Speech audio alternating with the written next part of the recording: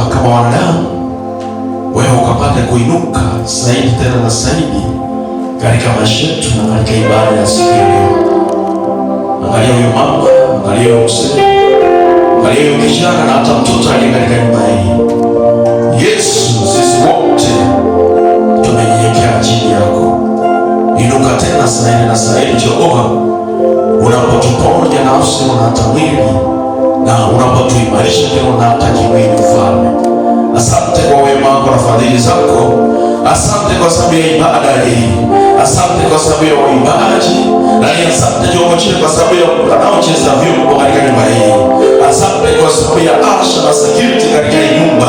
Asante Yesu kwa wale wote walio njiani wanaoingia. Asante Yesu maana njia na barabara zote umefungua ni kwa ajili ya utukufu wa jina lako. Ninakabidhi ibada hii mikononi mwako Mfalme. Yesu chukua shukrani sasa mpaka mwisho wa dahari. Hakika tukapate kukuona na tukapate kuona mkono wako. Uinuliwe Yesu na upepe sifa zaidi. Ni katika jina kuu la Yesu Kristo ninaomba na hata kuamini. Amen. Karibu sana waimbaji. Kumbuka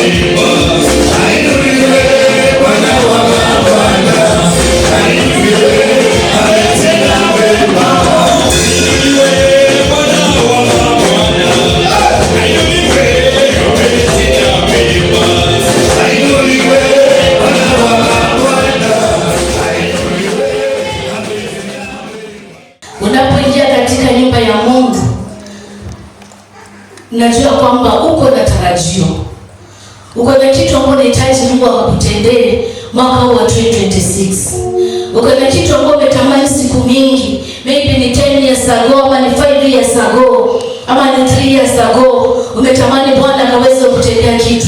So unapoingia katika nyumba ya Mungu mpendwa, usinyamaze, ni wewe uambie Bwana vile unataka. Maana Biblia inasema ya kwamba kabla hawajasema mimi nakuanga nimesikia, na kabla hawajaniita nitaitikia. Bwana asifiwe. Sasa Mungu atakuitikia aje kabla hujafungua kinywa chako, ile mdomo ambaye Mungu amekupatia, ukamwambia lile jambo ambalo unahitaji? Lazima ufungue kinywa chako ukamwambie. Hallelujah. Praise God. So from today, learn to communicate to your God. This week tumekuwa kwenye maombi, tumekuwa tukiambia God ya kwamba we have come to communicate to you because you are our God, you are our Father. Praise God.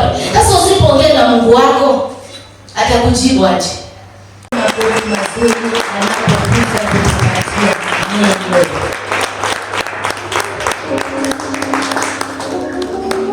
Amen. Thank you Jesus. Bwana Yesu asifiwe. Amen. Masi, Bwana Yesu asifiwe. Kwa mzima. Haya, karibu sana katika ibada ya siku ya leo. Tunaweza tukaketi. Amen.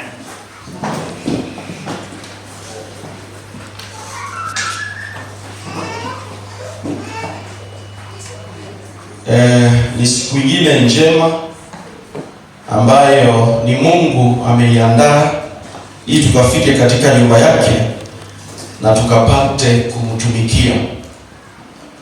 So, leo hii mwaka tulitangaziwa na Pastor Margaret, ni mwaka wa kukua. So, ningependa kuongelea mambo ya kukua. Ningependa niongelee mambo ya growth. Mwaka wa kukua. So, growth tunaelewa. Hakuna mtu hapa ambaye atasoma. Na kila mmoja anajua kukua ni nini. Na kila mmoja katika maisha yetu tume-experience kukua kwa namna moja ama kwa namna nyingine. Na kukua kwako kumekuwa namna gani? So growth is the process of increasing. Tumejua ni process. So kugrow sio kitu ya overnight, is a process. Na process ni mpangilio, tunaweza sema kwa Kiswahili ni mpangilio. Na mpangilio huu unapita katika kila viwango. So ni process. So this process of increase either in size, Bwana Yesu asifiwe, in size, kama tuseme for example, mtu kama ulikuwa mkonde, leo hii umekula vizuri, umenenepa, si ume increase in size. You can increase in size in amount. Kama ulikuwa na shilingi 2 na zimeongezeka zimekuwa 10, ume increase. Hiyo ni growth in amount, in volume or importance. You can develop physically, mentally and spiritually. Bwana Yesu asifiwe. So involve mambo mingi. Mambo ya rohoni, mambo ya mwilini, na mambo ya wapi? Na mambo ya kuishi yenye tunaishi pamoja. So, growth, you can grow either spiritually, you can grow physically, and also you can grow socially and economically. All those, they are factors ambazo you need to consider when you are growing. And you need to grow equally. Usipatikane economically you are doing so well, but spiritually you are down, you are poor. Basi hapo hautakumpendeza Mwenyezi Mungu. Haiwezekani in socially you are growing so well. Unaongea na watu vizuri, you express yourself well, you relate with people well, but ukifika kwa mambo ya Mungu hautaki kujua. Basi hiyo ni hasara. So hizi vitu we have to maintain them. Ili zote sionekane katika maisha yetu. Na hizi vitu zote tusipo maintain sionekane katika maisha yetu, basi tutakuwa tunahangaika. So we have to grow kwa hizo vitu zote, ndio tukapate kufurahia maisha ambayo tunaoishi. So mwaka huu kama ni mwaka wa kukua, so target yako ni kwamba you grow spiritually, you grow physically, and also you grow mentally. You have to also grow socially and also economically. Bwana Yesu asifiwe. Economically ni mambo ya pesa sasa. Bwana Yesu asifiwe. Usiwe uko mzuri kwa kuongea na watu, unaongea na wao vizuri, wanacheka, mnapeana high five, lakini ikifika kwa mambo ya mfuko unakwama. Bwana Yesu asifiwe. So ile unaongea na wao vizuri, unafanya kazi na wao vizuri, hata ikifika kwa mambo ya mfuko na wewe unatoa sauti. Maana watu wanasema kama hakuna pesa, sauti hakuna. Ina maana hiyo. Ukienda mahali watu wanatoa pesa, waseme leo tunatoa mchango. Hawa wote wa ile ni mbele 1,000. Kama hakuna sauti itakuwa. Lakini kama iko pesa, wasema tusimame. Tupake na nini? Maana uko nayo. So kama hakuna utajipata umekaa mjejesha. Simba ambaye ni paka. Bwana Yesu asifiwe. Amen. So, ili kanisa, we need to equip you spiritually.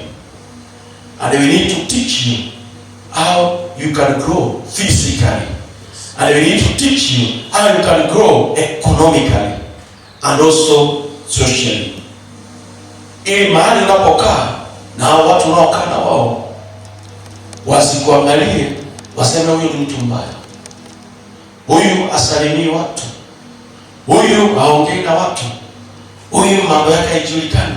Hata usiku wakati utakuwa unafahamiwa, ukipiga nuru hakuna mtu anakuja, maana wajui mambo yako. Wanasema mimi amefurahi, hivyo ndio wanafurahianga. Kumbe ni kupigwa, unapigwa na unaumia na watu wako na hakuna mtu anataka kukuja. Bwana Yesu asifiwe. So hii inapitia haraka. So if you want to grow, you must continue creating self-awareness. That's continuous self-awareness. Lazima ujue uko wapi na ni nini inaendelea. Lazima ujue uko Kenya na Kenya saa hii nini inaendelea na watu wanaenda wapi. So you must be aware. Self-awareness. You must intentionally, is a must, intentionally self-improvement. But that's what I feel. It is intentional. Self-improvement. It is intentional. Why? Maana unataka kusoma. You want to improve yourself. Kama ni kuhubiri, unataka uimprove kuhubiri, uhubiri mzuri, basi utahubiri mzuri bila kusoma Biblia. Utahubiri mzuri bila kuomba.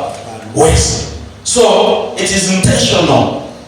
For you to succeed, for you to grow, it must be intentional self-improvement. Bwana Yesu asifiwe. Amen.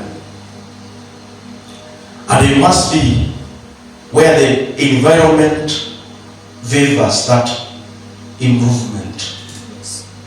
In a conducive environment, you must align yourself. You must be found in a conducive environment. Bwana Yesu asifiwe. Maana hata kama ukichukua mbegu uweke juu ya mawe, that environment is not viable. That environment is not good. Kwa hiyo mbegu kumea, itamea ama itakauka? Itakauka. Lakini ile mbegu, the same mbegu, uiweke kwa mchanga ulio bora, itafanya nini? Itamea. So lazima upatikane sehemu ambayo inakuallow wewe kukua kama mwanadamu. Bwana Yesu asifiwe. Amen. Na hiyo ndio tunasoma leo na mafundisho haya. Mental growth or intellectual growth, expanding knowledge, learning new skills. Lazima usome vitu mpya. Tuko pamoja? You have to learn new skills. If you don't want to learn new skills, then akili yako haitafunguka. Maana akili itakapofunguka, na hivyo ndio maisha yetu inapofunguka. Akili inapofunguka, you develop critical thinking. Wakati akili inapofunguka. Bwana Yesu asifiwe. So we must improve in our mental. Akili yetu lazima ipanuke. We have to grow mentally. Akili yetu ipate kupanuka. We have to grow emotionally. Our emotions.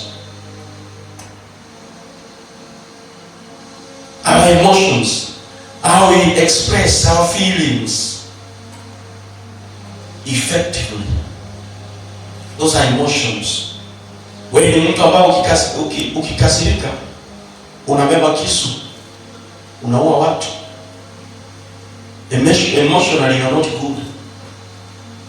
The emotion is bad. It needs to be rectified. Wewe ni mtu ambaye wakati umekasirika unabeba mafuta unachoma nyumba, unasema hiyo ingine tujulie mbele. Your emotion is not good. Wewe ni mtu ambaye ukikasirika watu hawawezi kaa kwa hiyo nyumba. Kama wewe ni mwanaume unasema hii nyumba leo tutaona, leo hapa kukariki. Si kuna wengine wanasema hiyo, leo hapa hakukariki. That emotionally you're wrong. So we have to grow emotionally, spiritually. Bwana Yesu asifiwe. We have also to grow socially. The way we relate with our people. The way we have relationship na watu wengine. Jinsi ambao ya kukaa na watu wengine kwa ploti. Jinsi ambao ya kuishi na watu wengine. Jinsi ambavyo ya kufanya biashara na watu wengine.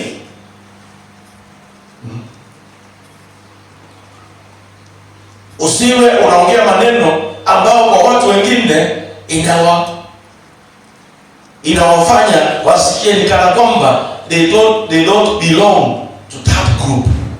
So katika hali yetu ya socialism lazima tukue ni watu ambao pia wanachukuliana mizigo sisi kwa sisi. And that's why Biblia inasema, na that's why kuna sheria ambazo Mungu alipeana. Na Mungu wakati alipozipeana, ukiangalia ni kati ya Mungu na mwanadamu. Na hizo zingine ni kati ya mwanadamu na mwanadamu mwenziwe. Hiyo ndio sheria. Hakuna nyingine kando yako. Mwanadamu na Mungu. Na mwanadamu mwenzio. Na tukifanya hizo, basi hivyo ndivyo tutakavyobarikiwa katika maisha yetu. Physical growth. Lazima tuchunge afya yetu. Bwana Yesu asifiwe. Usiambiwe hapa kuna shimo. Ukienda hapo unaweza kwama ama unaweza vunjika. Na wewe unasema wacha wafanye wenye wanafanya, wacha niende. Sana youth. Sasa zingine inafika. Kuna mahali inafika mtu anaambiwa, maybe mtu anataka kuoa. Naambiwa, umesema mimi nataka kuoa, nataka kuoa fulani. Unaambiwa hapo si uende pole. Nasema wewe unajua nini? Huyo anajua nini sasa? Mimi naenda. Na unaenda. Na unaingia. Na unapigwa. Na unaanza kusema, na mbona sikusikia? Mbona sikusikia? Ungesikia namna gani? Ungesikia namna gani na kiburi ilikuwa juu. So, wakati tunapo grow, we have to grow physically good, well. Hata mahali unapofanya kazi, usione ukienda speed ya 100 kwa gari utafanya accident na una uzoefu wa hiyo, na wewe bado umekanyaga mafuta kabisa. Unajua unaharibu mwili wako. Utafanya accident na utaumia. Physically you not be good at all. So, lazima tujichunge miili yetu. Tuchunge ile kitu ambacho tunaikula na tunaitumia. Unaambiwa pombe ni mbaya. Na yeye bado uko kanisani, pombe unararua. Unaambiwa sigara ni mbaya, hata imeandikwa pale nje kwa packet. Na bado wewe uko kanisani, sigara ndio kipenzi yako. Bwana Yesu asifiwe. Hata una aibu. Sasa zingine unatembea kwa barabara ukipiga hiyo unatoa moshi kama gari, kama tractor. Na watu wanakuona. Mara umeambiwa ni mbaya. So hii ambayo inaingia kwa mwili yako inaenda kudhuru nani? Inaenda kuharibia nani maisha? Si ni wewe tu mwenyewe.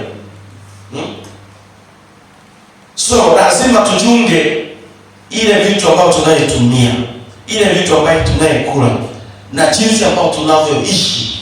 Ndiyo maisha yetu isiwe ni maisha ya kuhangaika. Ndiyo maisha yetu kesho yake ikipatikana ugonjwa isemekane huyu aliambiwa aache hii akaendelea. Sasa ona. Bwana Yesu asifiwe. Amen. So lazima tujunge mwili wetu na lazima tupende mwili wetu. Kuna mtu hapa hapendi mwili wake? Kama upendi mwili, maybe uoge, upake mafuta. Kuna mtu kweli hajipendi? Hapo ukiangalia kwa kioo. Kuna mwingine niliona, sio ni movie niliona ama ni nini? Alikuwa anapita tu hivi. Para sana kuna kioo ilikuwa mbele. Akapita. Akaona ni kama unaona mtu kwa kioo. Akarudi nyuma kidogo kuangalia kioo. Akaenda kuangalia, akapiga nduru. Kumaanisha mwili yake ameiacha imechakaa mpaka kwamba hata yeye mwenyewe hawezi akaipenda. Bwana Yesu asifiwe. Amen. So lazima tujipende. Tupende mwili wetu. Na utakapojipenda utafanya mambo ambayo ni ya kumtukuza Mwenyezi Mungu. Au utafanya mambo ambayo yataleta hasara katika maisha yako. Bwana Yesu asifiwe. Haya. Nataka tusome Biblia sasa.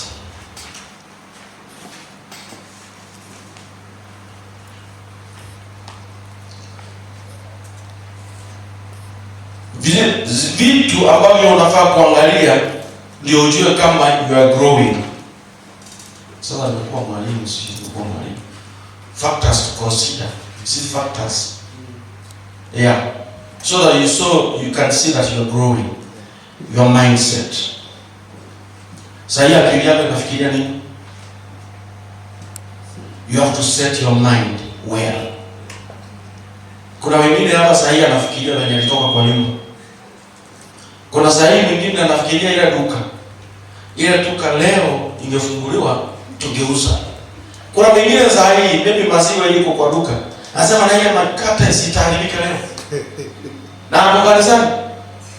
So akili yake yote ameweka wapi? Huko. Hata kama hapo hapa ni mwili tu. Wengine ni wafanyakazi, house managers. Hapo hapa maybe anasema na ile kitu niliweka mahali ilikuwa inastahili. Na ukweli uliweka mahali ambapo inastahili. Lakini kwa sababu shetani anataka kuvuruga akili yako, ndio usiconcentrate kwa kitu moja, anakuletea tu uanze kufikiria si kuweka mahali inastahili. Ile nyumba nilifunga kweli. Sasa ulitoka aje mpaka ukatoka na ufunguo na ukufunga na uko na ufunguo? So hiyo ni maneno gani ambayo unaletewa katika maisha yako?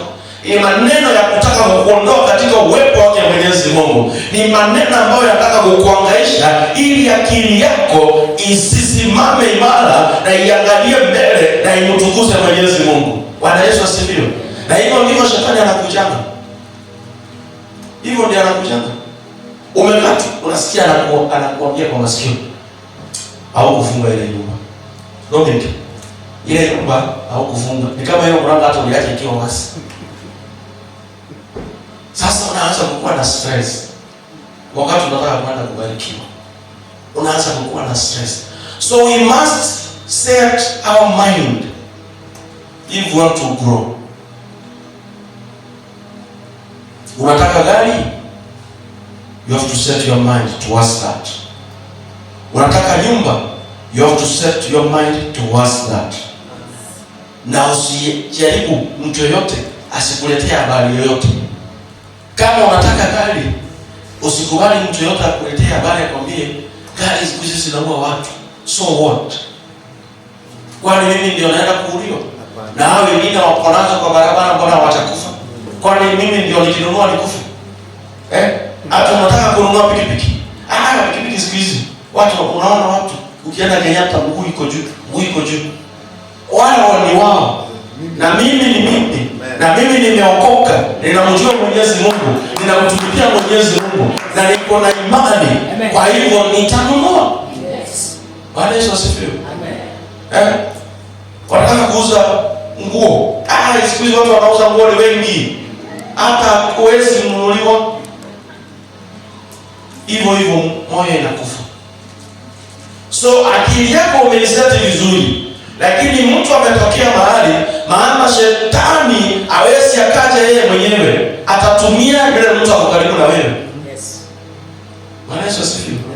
Atatumia yule mtu ako karibu na wewe ndiye apige wewe, au anaweza tumia ndugu yako, anaweza tumia dada yako, anaweza akatumia bibi yako ili maono ikufe. Anaweza akatumia hata mzee wako ili maono hayo yakufe. Kile kitu ambao umefikiria katika akili zako, that's the wisdom of God in you, and that's the mind of God in you, and that should be your mindset. So ukiajaribu kuachilia huyu mwingine ingie, basi atakuwa ameharibu. So mindset yako mwaka huu ni gani? Unajua nakufungua masikio. Mwanza kufikiria sasa. Akili yako ianze sasa kazi ya kufikiria. Maana tumefunga na kuomba. Biblia inasema baada ya kufunga na kuomba, Yesu akaanza huduma. Baada ya kufunga na kuomba, kazi ianze kwa akili zako. Set your mind. Reset. Kama ilikuwa imesetiwa vibaya, reset it. Ianze vizuri. You can start from zero. There's no problem. You can start from zero. There's no problem. So long as you need God, you'll make it. Kwa Mungu, hata mwaka moja inaweza kupatia vitu zote ambazo umepoteza miaka 10 ambayo imepita. Hapo ni kwa Mungu. Na usipoamini huwezi kupata. Na kwa Mungu unaweza inuliwa. Unaweza toka hapa leo hii, wende wiki ile nyingine unakuja na gari. Na unatokea hii ni yako. Bwana Yesu asifiwe. Huyo ni Mungu anafanya vitu kama hizo. So katika akili zetu lazima we have to reset our mind. And we must see all the challenges to learn rather than failures. Challenge yote ambao unapitia, jua this is an opportunity. Bwana Yesu asifiwe. Ukienda mahali uone watu wanatembea mguu tupu, si unajua hapa iko kitu. Na wewe maybe unatembea mguu tupu, soma haraka sana. Jua hapa kuna kitu inahitajika. Viatu. So usione hilo challenge ya kutembea mguu tupu na wewe waanze kulia na umeokoka na waanze kulia, hapa tunateseka tu. Unaona hapo kwa somo yenu kuna kitu ambacho inahitajika. Na unaona watu hawana, na unajua hii itahitajika tu. Na wewe unasema huku vitu kama hii haipatikani. Haipatikani kwa nini?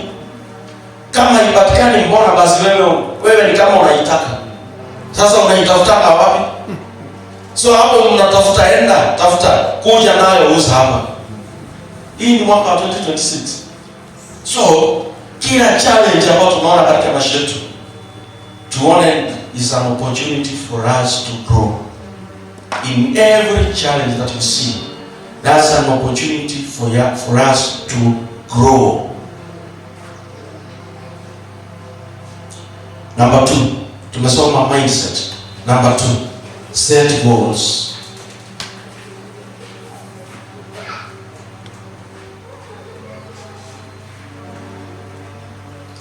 You set goals. Biblia inasema katika Habakuk. Situsomea tu hiyo Habakuk. Tunaijuanga. Mnajua mahali? Habakuk 2. Sikuwa nisome hiyo, lakini tusomee hiyo. Hiyo Habakuk chapter number 2 verse 2. Verse 2 or 3. Biblia inasema hivi. Habakuk 2 verse 2. Bwana akanijibu akasema. Bwana akanijibu akasema. Landike jozi. Landike jozi. Jozi ni vision. Yeah. Write it down. That's a goal. Unajua vision ni kitu kinachofanyika. Setting goals ni kitu ambayo kinachofanyika na hujui kama itafanyika. So it's just like a vision. Ukaifanye iwe wazi sana. Ukaifanye iwe wazi sana katika vibao. Katika vibao. Ili asomaye apate kusoma kama maji. Apate kusoma kama maji. Bwana Yesu asifiwe. Tuache tu hapo. So fanya nini? Set goals. Write them down. Ili yoyote anayesoma aisome kama maji. Bwana Yesu asifiwe. Kwa sababu gani asome kama maji? Unajua maji inapopita inabeba kila kitu ambayo inapata. So hizi goals zako andika chini. Set them. Write them down. Ile kitu ambayo unataka Mungu akufanyie. Na Mungu atakapopita, na Roho wa Mungu atakapopita, atapita akichungulia. Akiona huyu anataka hii, huyu anataka hii, na utafanikiwa. Bwana Yesu asifiwe. Na kuna ile kitu ambayo utapata. Bwana Yesu asifiwe. So hata sisi mwaka huu uende utafute kitabu mzuri na karatasi, uandike goals. Na kwa sababu wanadamu ni wafifu. Sasa zingine tunaweza sema hapa na mtu asiandike. So you want to make sure that you grow. Andika na ukuje nayo Sunday. Amen. Na ubaki na kopi moja kwa nyumba. Amen. Ikuwe duplicate. So we want to make sure that you are doing this one in action. So set goals. Andika zile goals ambazo Mungu unataka Mungu akufanyie kwa karatasi nzuri. Alafu karatasi moja baki nayo. Ikiwezekana hata ipandike kwa ukuta mahali unalala. Ikae hapo. Ingine leta hapa. Tusiombee hizo goals.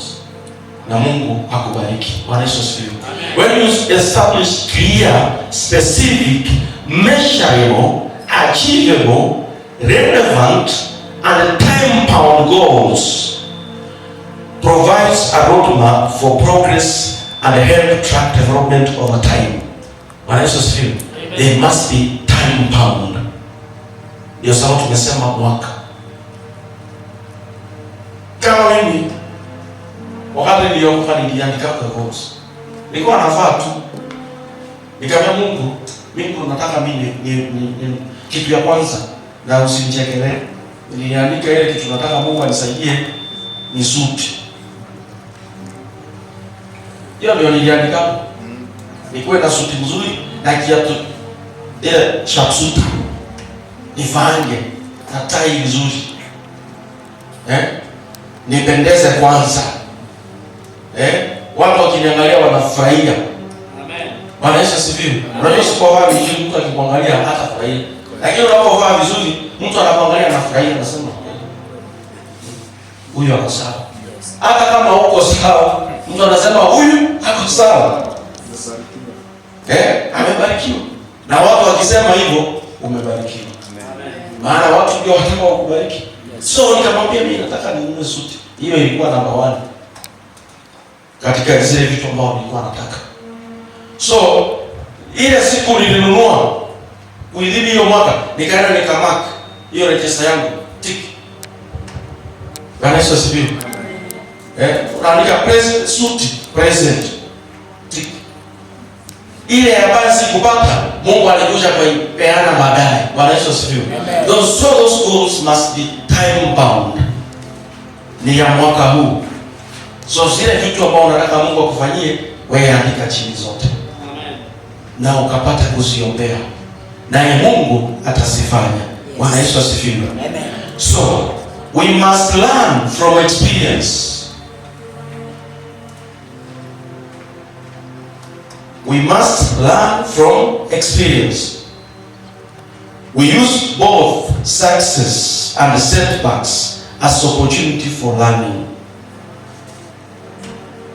We must learn from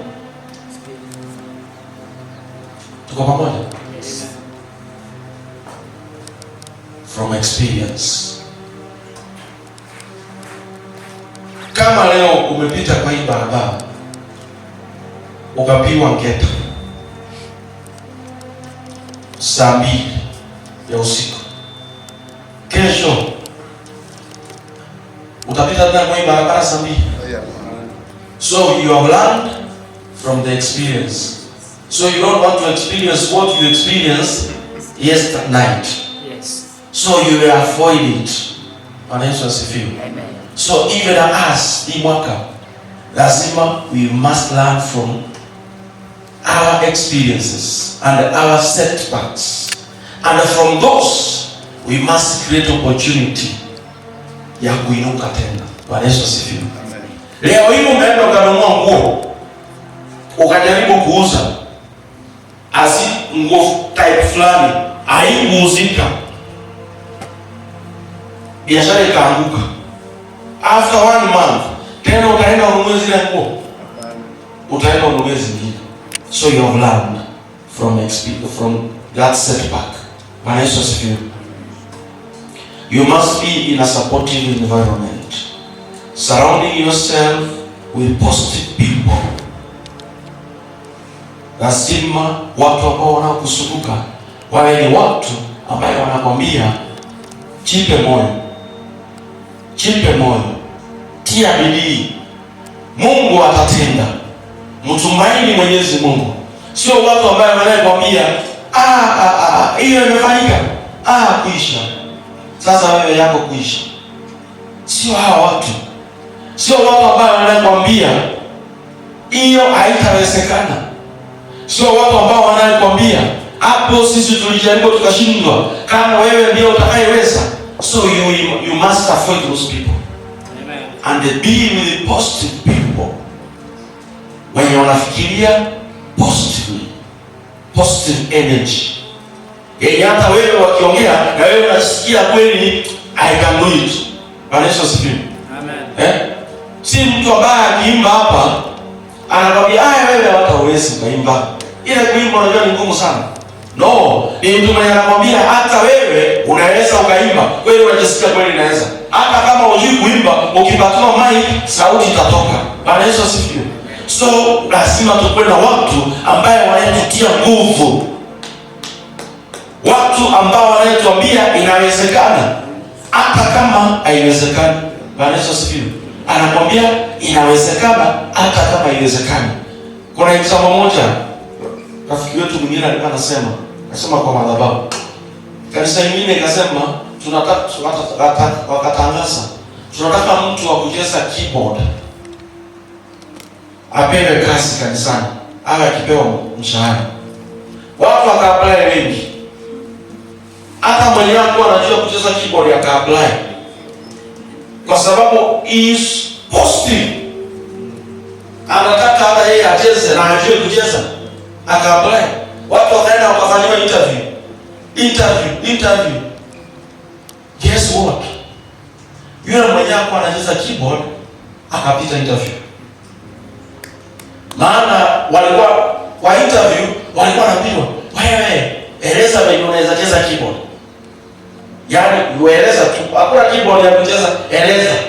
Itacheza hivi. Wanaona vile anacheza, wanaona vile anafanya mikono, wanaona vile anasema huyu ni huyu tunataka. Ni huyu. Hakuna ustadi mahali. Akasema huyu ndio tunataka. Jamaa akapatiwa barua. Kazi unaanza nini? Anza kazi sasa hii mwezi unakuja. Jamaa kupewa keyboard kumbe hajui. Sasa ikabidi, unajua huwezi kukuza huyo. Because he was so positive. And he was so eager kutaka kucheza hiyo keyboard. Sasa ile kitu utafanya ni umfunze. Bwana Yesu asifiwe. Huwezi kukuza? Sasa ni kufunza. Maana ni mtu alikuwa very positive katika maisha yake. So wewe ni nini hapa inayokusumbua? Kama unasema mimi hiyo sitaweza. Unapata watu wanasema hapa tunataka watu wa kupika mandazi. Wewe unasema mandazi mimi sitaweza. Mandazi ndio unaweza. Hiyo ndio unaweza. Kwa nini unaweza nini? Kila kitu sisi tunaweza. Hakuna kitu ambacho tunashindwa. Bwana Yesu asifiwe. Hata kama ni kubeba rungu usiku, hiyo tunaweza. Hata kama ni kusukuma mkokoteni ifike, hiyo inafika. Bwana Yesu asifiwe. Hata kama ni kuuza maji, kibuyu ni 20 inafika. Bwana Yesu asifiwe. So hakuna kitu ambacho haiwezekani. Kila kitu inawezekana. Ukiwa kazini hapo sasa ndio unasoma vizuri. Hata wale watu ambao wameenda interview kazini, wewe uje hiyo kampuni venye ina work. You have just gone for an interview. So you don't know anything about that. So wewe na yule mwenye atasoma pia ni waseme. Maana ukija kwa hiyo kampuni ndio utafundishwa venye utafanya kazi. Bwana Yesu asifiwe. Wakati unaendesha pikipiki, wewe uko na driving license ni sawa. Umeenda mahali watu wanaendesha pikipiki, wanakwambia hapa tunafanya hivi na hivi na hivi na hivi. Huwezi enda na hiyo kielele yako huko. Lazima ukae chini ufundishwe. Bwana Yesu asifiwe. So, we must surround ourselves with positive people. A good environment. And the Grace Supper Church is a good environment for you to grow. Bwana Yesu asifiwe. It's a conducive environment for you to succeed in your life. Because we are more than conquerors. Maana Yesu alitufanya tukawa washindi katika maisha yetu. Bwana Yesu asifiwe. And above all, you must have self-care. You must care for yourself. You must care for yourself. You must step out of the comfort zone. Bwana Yesu asifiwe.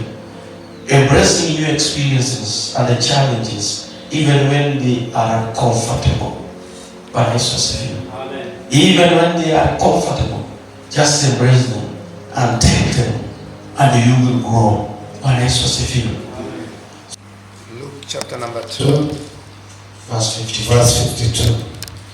Naye Yesu akazidi kuendelea katika hekima na kimo. Akazidi kuendelea katika hekima na kimo. Akampendeza Mungu na wanadamu. Bwana Yesu asifiwe. Amen. Huyo ni nani tunaongea juu yake? Yesu Kristo.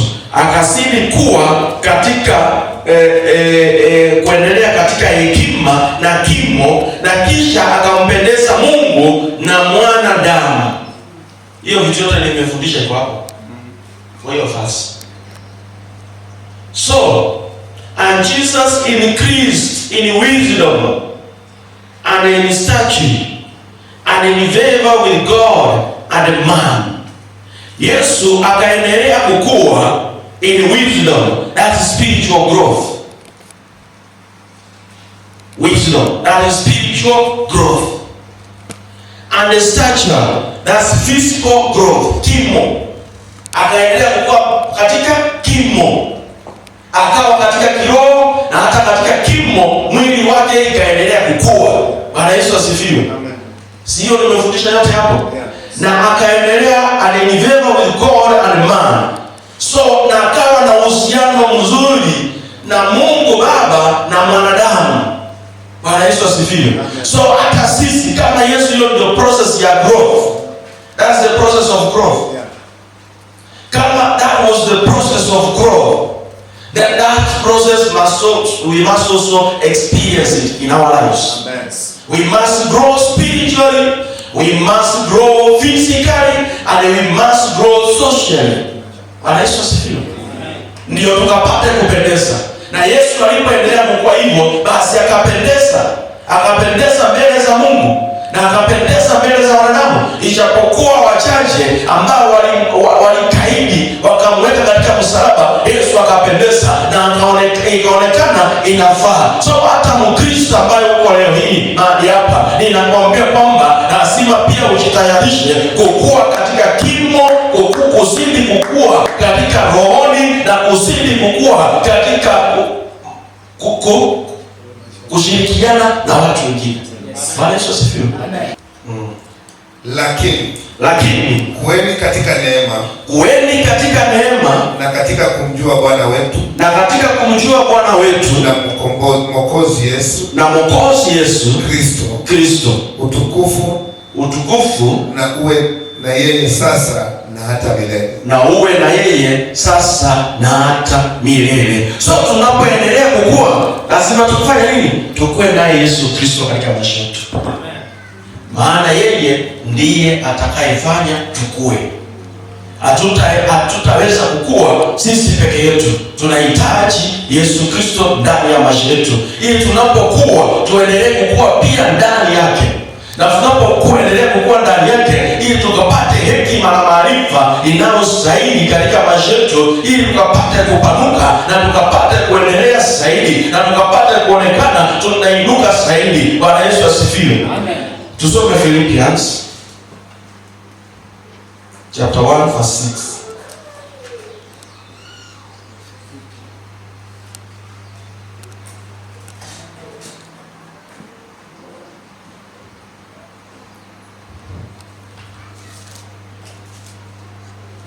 Philippians chapter number 1 verse 6. Nami niliaminilo ndilo hili. Nami ninaloliamini ndilo hili, ya kwamba yeye aliyeanzisha kazi njema mioyoni mwenu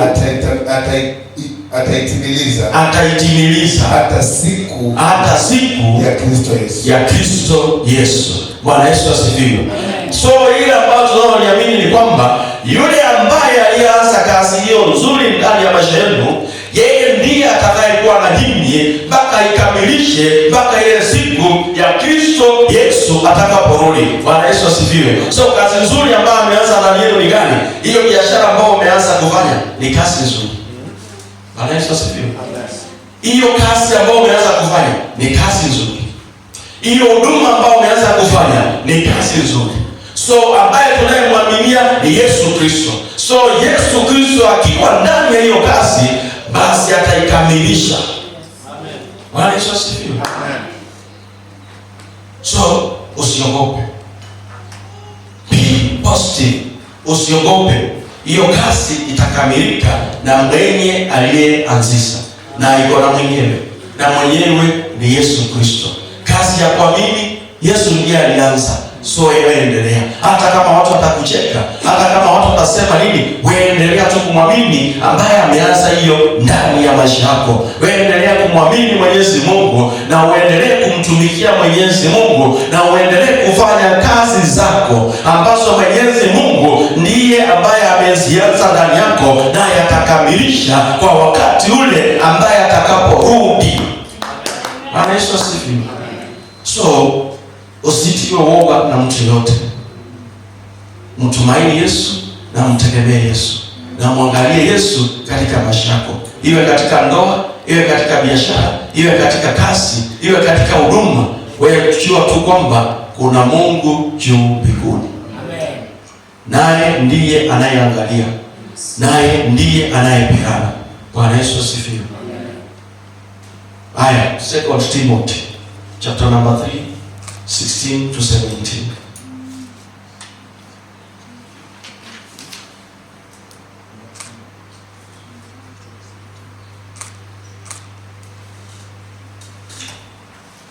Second Timothy chapter number 3. Yes, verse 16 and 17. Biblia inasema hivi. Kila andiko lenye pumzi ya Mungu lafaa kwa mafundisho na kwa kuwaonya watu makosa yao na kuwaongoza na kuwabadilisha katika haki ili mtu wa Mungu awe kamili amekamilishwa apate kutenda kila tendo lililo jema. Bwana Yesu asifiwe. So ni nini ambayo inayotufanya tukatende mambo yaliyo mema? Maandiko yake Mwenyezi Mungu, neno lake Mwenyezi Mungu ambalo liko na pumzi, lina uwezo wa kutubadilisha ili tukapate kuishi na kutenda kulingana na neno lake Mwenyezi Mungu katika maisha yetu. So hili neno ambalo limetoka siku ya leo ni pumzi yake Mwenyezi Mungu ambayo imetoka kwako wewe wewe, ambayo utakayeifuatilia ikapate kufanya kazi ndani ya maisha yako. Maana Biblia inatuambia katika kitabu cha Isaya, neno la Mungu linapotoka lazima likatimize ile kazi ambayo limetoka kwenda kufanya. So neno la Mungu limetoka siku ya leo ili ukapate kukua na ukapate kukua katika mwaka huu. So hilo neno Mwenyezi Mungu atalifuatilia mpaka mwisho limetenda kazi katika maisha yako. Wewe ambao utakayelishughulia hilo neno na ukapate kuamini kwa ajili ya hilo neno, basi utaona mkono wake Mwenyezi Mungu katika maisha yako. Wewe ambao utakayeamini hilo neno lake Mwenyezi Mungu, ni neno la ukombozi limefika,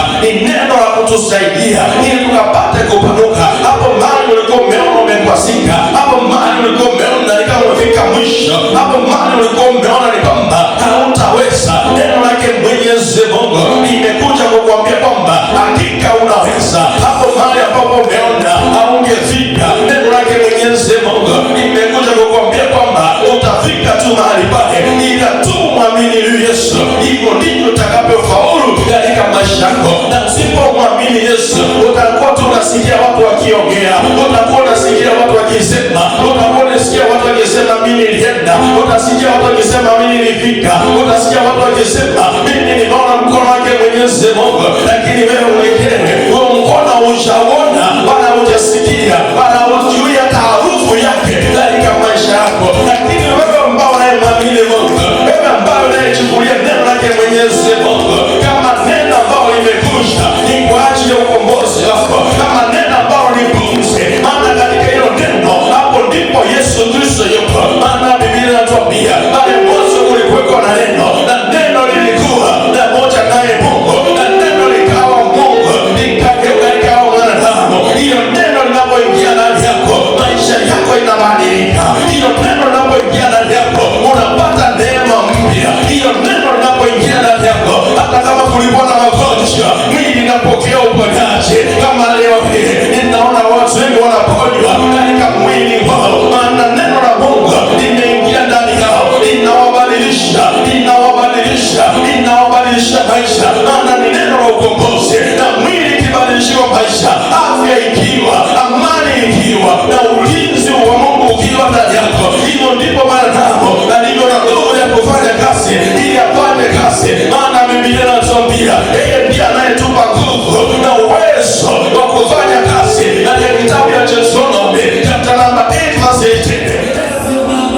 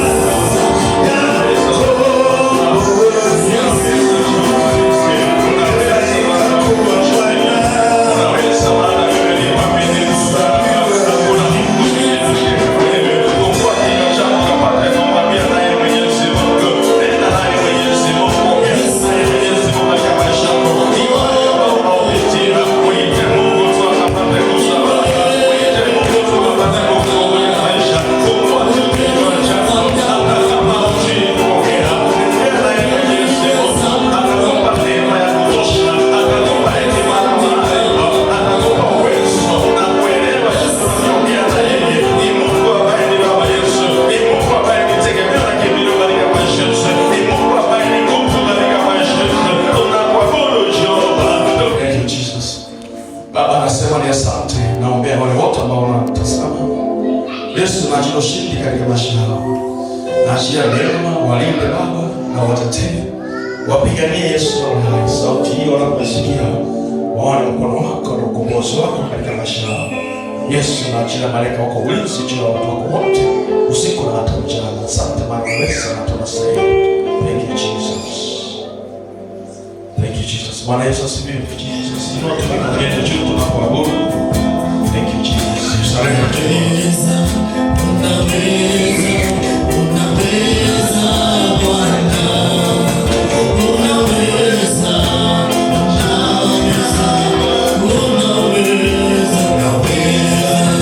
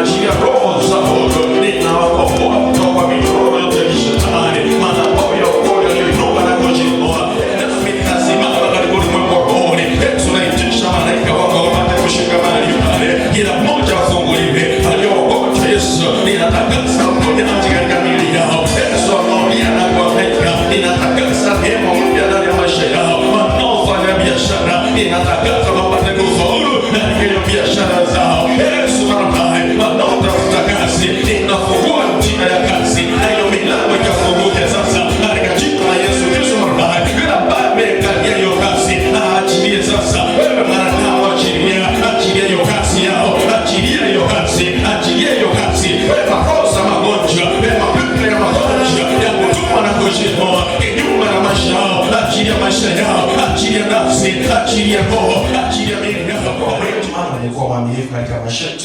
Yesu, umekuwa katika ibada hii tangia tulipoanza na hata sasa tumefika mwisho. Jina lako liinuliwe na hata liinuliwe zaidi. Yesu, watu wako wanaokabidhi mikononi mwako Mfalme. Yesu, natakasa maisha yao, ninatakasa nafsi na hata miili yao. Yesu, nawanenea neema ya kutosha katika maisha yao. Walinde usiku, walinde mchana Baba. Yesu, na hata wiki iliyo mbele ninawakabidhi mikononi mwako Mfalme. Ile siku ya Monday, ile siku ya Tuesday, ile siku ya Wednesday, ile siku ya Thursday, na hata Friday, Saturday, hata siku ya Sunday tunapokutanika mahali hapa. Tembea pamoja nao usiku na hata mchana. Yesu, katika barabara, katika njia.